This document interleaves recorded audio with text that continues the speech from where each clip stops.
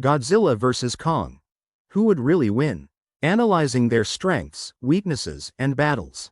Alright folks, the ultimate showdown is here. In one corner, we've got Godzilla, the king of the monsters. In the other, King Kong, the eighth wonder of the world. The big question is, who would really win in a battle to the death? Let's dive in. Welcome back to the channel, everyone. Today, we're breaking down everything you need to know about these two legendary titans. We'll explore their strengths, weaknesses, and past battles to figure out who might come out on top. So grab some popcorn, and let's get this monster mash started.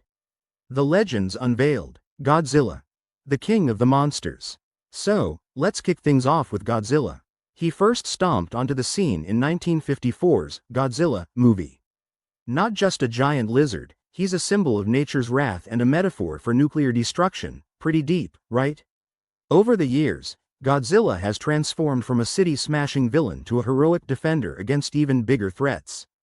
Talk about character development. Godzilla is no small fry. Depending on the movie, he's anywhere from 164 to 393 feet tall. Those spiky dorsal plates on his back? Not just for show. They're his signature feature, glowing ominously before he unleashes that devastating atomic breath. King Kong, the eighth wonder of the world. Now, let's chat about our guy Kong. Debuting in 1933's King Kong, he's been captivating audiences for decades.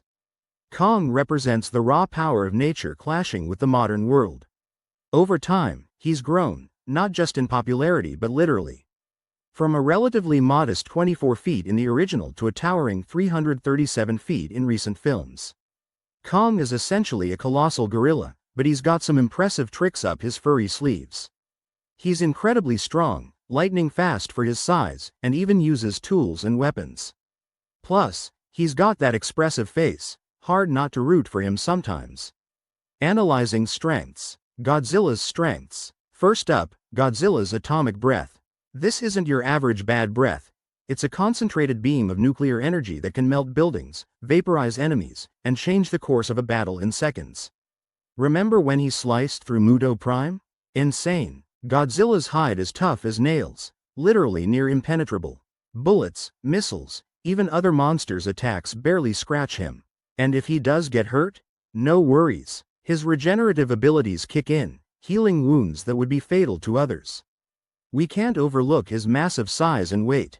Godzilla can bulldoze through obstacles, and his tail swipe alone can level buildings. Size matters, especially when you're up against a giant ape. Godzilla isn't confined to land. He's a master of the ocean depths, giving him strategic advantages. Need to make a stealthy approach or a quick escape? The big guy's got it covered underwater. Kong's strengths. Kong might be big, but he moves like a parkour pro. His agility allows him to dodge attacks that would flatten others. Remember those swift moves against the skullcrawlers? Impressive. Kong's no dumb brute. He's smart, really smart. He uses his environment to his advantage, crafting weapons like spears and axes. That battle axe made from a Godzilla dorsal plate? Genius. Those muscles aren't just for show. Kong can throw punches that pack a serious wallop. He can lift and throw objects, climb skyscrapers, and his grip strength is off the charts. Unlike Godzilla, Kong forms bonds with humans. This empathy can be a strength, driving him to protect allies at all costs. It adds an emotional layer to his battles. Analyzing weaknesses. Godzilla's weaknesses. Godzilla's size is a double-edged sword. On land, he's not exactly nimble. His movements can be slow, making it tough for him to react to faster opponents. Think of him as a tank, not easy to stop, but not quick to turn. Absorbing too much nuclear energy can overload Godzilla. In Godzilla, King of the Monsters, we saw him go thermonuclear, which is powerful but risky. Too much energy can make him unstable. Certain weapons can hurt Godzilla more than others. The oxygen destroyer, for example, gave him a run for his money. Knowing these vulnerabilities could tip the scales against him. Kong's weaknesses. Kong is big, but standing next to Godzilla, he's noticeably smaller. This size difference could be problematic in a head-to-head clash. While tough, Kong doesn't have the near-invincible hide that Godzilla boasts. Energy-based attacks like the atomic breath can inflict serious damage. Kong's connections can sometimes cloud his judgment. His protective instincts might lead him into traps or make him take unnecessary risks. Historical battles and outcomes. Let's rewind to 1962 when King Kong vs. Godzilla first hit screens. That battle was legendary but also left fans debating. The ending was ambiguous, with Kong swimming away and Godzilla nowhere to be seen. Who really won? It's still a hot topic. Godzilla's notable battles. Godzilla has faced off against some heavy hitters: King Ghidorah, Mothra, Mechagodzilla. Each battle showcases his adaptability and sheer power. Remember his epic atomic breath showdown with King Ghidorah? Epic stuff. Kong's notable battles. Kong isn't a stranger to tough fights either. On Skull Island, he battled skullcrawlers, giant squids, and more. His intelligence and resourcefulness often give him the edge, turning the tables on stronger foes. Hypothetical battle scenarios. Scenario 1. Urban battleground. Imagine these two clashing in a sprawling city. Godzilla could cause massive destruction with ease, using his atomic breath to devastate from a distance. But Kong could turn the urban jungle into his playground, scaling buildings, setting ambushes, and using debris as weapons. In a city, Kong's agility and tactical advantages might level the playing field. But Godzilla's raw power can't be underestimated. It'd be a close call, with the environment playing a huge role. Scenario 2. Skull Island showdown. On Skull Island, Kong has home field advantage. He knows the terrain, the hiding spots, and has access to natural weapons. Godzilla would need to adapt quickly, perhaps using his atomic breath to reshape the battlefield. Kong could use guerrilla tactics, striking and retreating. However, Godzilla's durability might allow him to withstand these attacks until he gets a clear shot. Again, it's anyone's game. Scenario 3. Oceanic clash. Take the fight to the ocean, and Godzilla reigns supreme. He's in his element, while Kong struggles to keep up. Godzilla could launch surprise attacks from below, making it tough for Kong to defend. Realistically, this scenario heavily favors Godzilla. Kong's best bet would be to retreat to land ASAP. Otherwise, he'd be outmatched. Scientific perspective. Biological considerations. Godzilla. Okay, let's get a bit nerdy. Godzilla's anatomy is a mystery, but theories suggest a nuclear-powered metabolism. His cells might harness radiation, explaining his regeneration. While fictional, it's a fun concept to explore.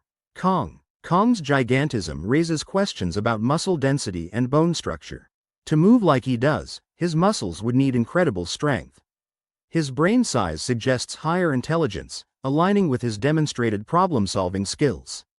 Physics of their abilities. Ever wondered about the force behind Kong's punches?